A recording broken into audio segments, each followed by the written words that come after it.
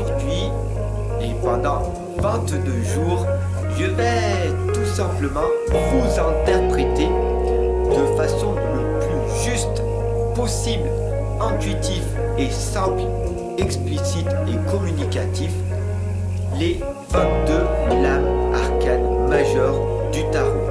Bien sûr, si vous avez aimé, je ferai les lames mineures, les coupes, les deniers, etc. Voilà.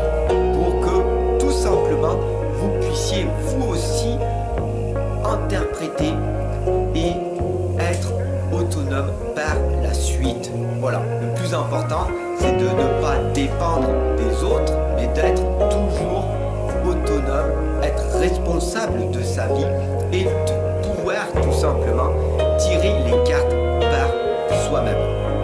Voilà, ça en tout cas c'est mon objectif pour vous tous les amis. Voilà, donc on va commencer avec la première lame que vous voyez, la première que beaucoup de personnes connaissent qui est le battleur. Alors c'est parti, on y va tout de suite, vous ne verrez plus, hein. Vous allez voir la carte et je vais vous expliquer en détail tous les symboles, tout ce que beaucoup de personnes ne vous expliquent pas. Voilà, comme ça ce sera beaucoup plus clair par la suite pour vos tirages. Ok, on y va avec la première lame du battleur. Après ce sera bien sûr la papesse, l'impératrice et on ira jusqu'à la 21e lame qui est le monde et la 22e qui est le mort. Elle n'a pas de numéro, je vous l'expliquerai pourquoi dans cette vidéo dédiée à cette lame. Voilà, allez, on est parti, on y va. À tout de suite pour la première lame qui est donc le battleur. L'aventure commence. N'hésitez surtout pas à vous abonner, bien sûr, à partager. Et puis si vous voulez me soutenir, il y a un petit cœur sous la vidéo avec un merci. Vous cliquez dessus, vous me faites un don pour me soutenir pour toutes les vidéos que je vous partage au quotidien. Cela me touchera énormément. Gratitude à vous tous. On y va? Allez, fini le blabla. Maintenant, on passe au concret. Allez, à tout de suite. On retourne la caméra et on y va. Allez. On est reparti pour cette 18e arcane majeure que vous voyez qui est la lune. Alors la lune, c'est tout simplement l'astre de la nuit qui règne sur les puissances nocturnes. C'est les mirages, c'est les mondes irréels et aussi trompeurs. C'est en gros tout simplement les illusions, l'intuition, les révélations et la vérité qui vous est dévoilée. Alors, comme ça, c'est magnifique, hein. Pour moi, personnellement, c'est le reflet de son propre miroir. C'est une connexion qui s'établit tout de suite avec l'imaginaire, l'imagination et l'image. Ici, qu'est-ce qu'il y a? Qu'est-ce que vous voyez? Vous voyez un symbole. Et c'est très intéressant de se dire qu'est-ce que l'on voit? Pourquoi c'est bleu? À quoi cela correspond? Vous comprenez ce symbole?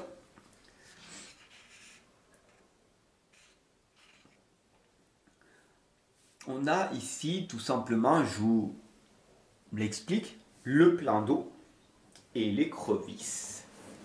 Voilà. Pour moi, l'interprétation, je n'interprète pas comme tous les autres, c'est vraiment inédit, parce que je veux vraiment vous amener à voir d'une autre façon. Voilà, la lune en fait, si vous regardez bien, elle est bleue. Et le plan d'eau et l'écrevisse est bleu aussi. Donc on voit ici très clairement que c'est un reflet. Alors après, si on regarde bien, C'est la lame de la lune. C'est l'arcane qui contient le plus de bleu. Donc c'est pour ça que je vous dis personnellement, encore une nouvelle fois, c'est mon propre ressenti personnel. Peut-être que je me trompe, hein, mais je ne pense pas sur ça. C'est une sorte de miroir pour moi. C'est un gigantesque reflet de ce qu'il y a de plus sombre et de plus profond. Voilà pour moi. Pourquoi? Parce que tout simplement, on sait que la vie de l'écrevisse, c'est en état de régression.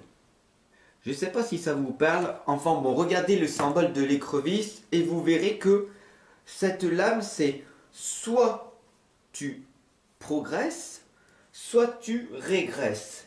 Mais l'être humain ne stagne pas. Et ça, c'est très intéressant.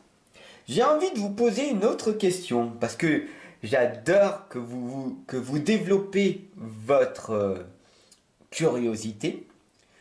À votre avis, ici, ce sont deux loups, deux chacals ou deux chiens? Alors je vais vous donner une petite astuce avant de les identifier. Qu'est-ce qui prédomine la couleur de ces animaux? Voilà, vous avez trouvé, c'est la couleur, la tonalité qui est chair, la chair de la peau, ok? Donc, tout simplement, ce sont la libido et les pulsions. Voilà, en gros, tout simplement, d'après de nombreuses traditions de l'époque des Indiens, le loup, comme le chien et le chacal, ils ont un rôle de psychopompe.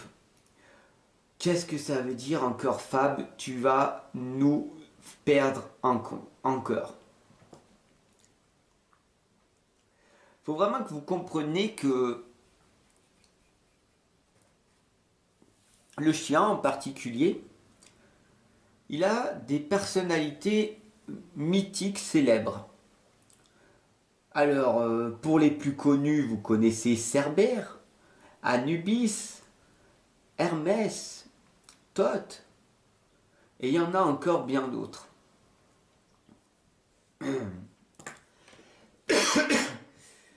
Voilà pour la petite histoire de chien, de loup, de chacal. Peu importe pour vous, qu'est-ce que cela symbolise. Donc voilà, à travers le plan d'eau, l'écrevisse, on a aussi les deux tours hein, que l'on voit de l'autre côté. Faites vos propres recherches. La lame de la lune, tout simplement, c'est le nombre 18.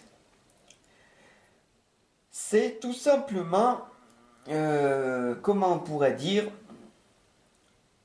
une révélation. Quand on tire la lune, vous le savez, à travers mes guidances, je vous dis des fois, ah, il y a une révélation, il y a une vérité qui est en train d'émerger en vous.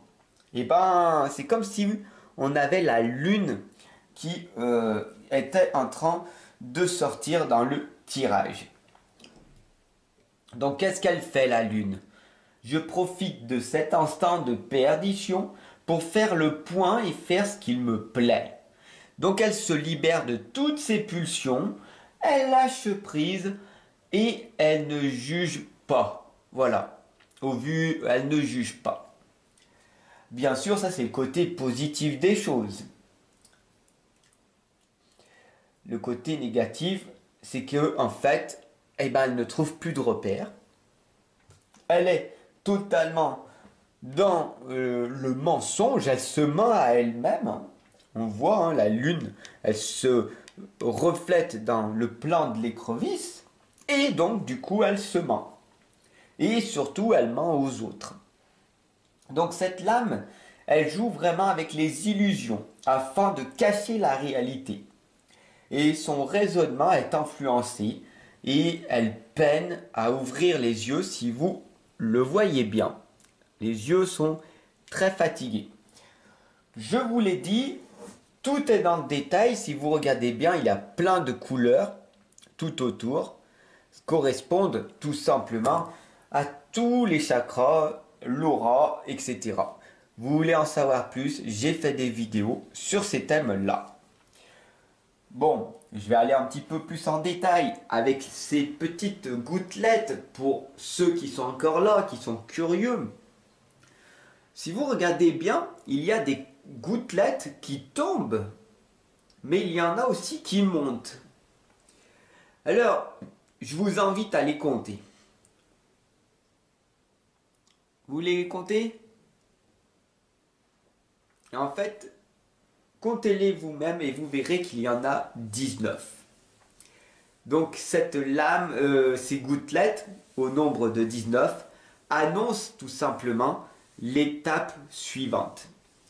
Et l'étape suivante, c'est pour arriver à la plénitude qui est donc, après la lune, la lame du soleil. Donc, il est important de reconsidérer l'essentiel à travers tout simplement ces exaltations qui partent, qui sont colorées et qui partent vers la lune. Si vous regardez bien, il y a 5 gouttelettes jaunes, 5 gouttes ou gouttelettes qui sont jaunes, qui sont lumineuses, et comme le pont qu'offre le pape, 6 gouttes rouges, voilà, c'est le message de l'union, ok. Et les sentiments qui sont proposés par l'amoureux, c'est les 8 gouttes bleues, et elles montent toutes. Et moi, je trouve que c'est magnifique. Elles ne descendent pas, elles montent. Et si vous voyez bien,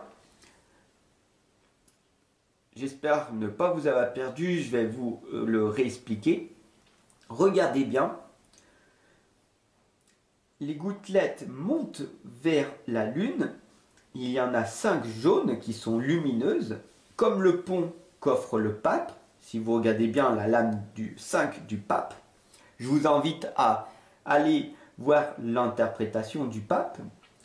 Il y a aussi les messages de l'union et des sentiments proposés par l'amoureux, qui est la lame 6, puisqu'il y a 8 gouttes bleues, puisqu'il y a 6 gouttes rouges, et il y a 8 gouttes bleues qui correspondent à la justice. Et qu'est-ce qu'elle fait, la justice?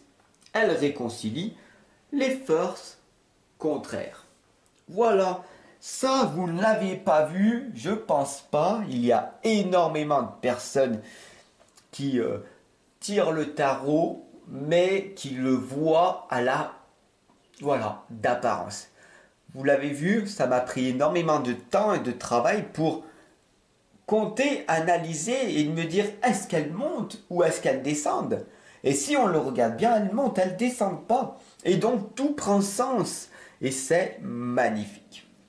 Donc voilà pour la lame de l'arcane 18 de la lune qui nous amène tout simplement à aller vers la prochaine étape qui est le soleil. Alors à tout de suite. Je vous remercie de votre abonnement, de votre partage. Vous avez appris énormément de choses aujourd'hui qui ne sont vues nulle part ailleurs, ou en tout cas j'en ai pas à ma propre connaissance. Donc voilà, j'ai donné tout mon amour pour faire cette interprétation et les 21 autres arcanes. J'espère sincèrement que vous ressentez tout simplement toute cette énergie que je vous partage. On se retrouve pour la prochaine arcane qui est le soleil, comme la lune nous l'indique. Allez, à tout de suite.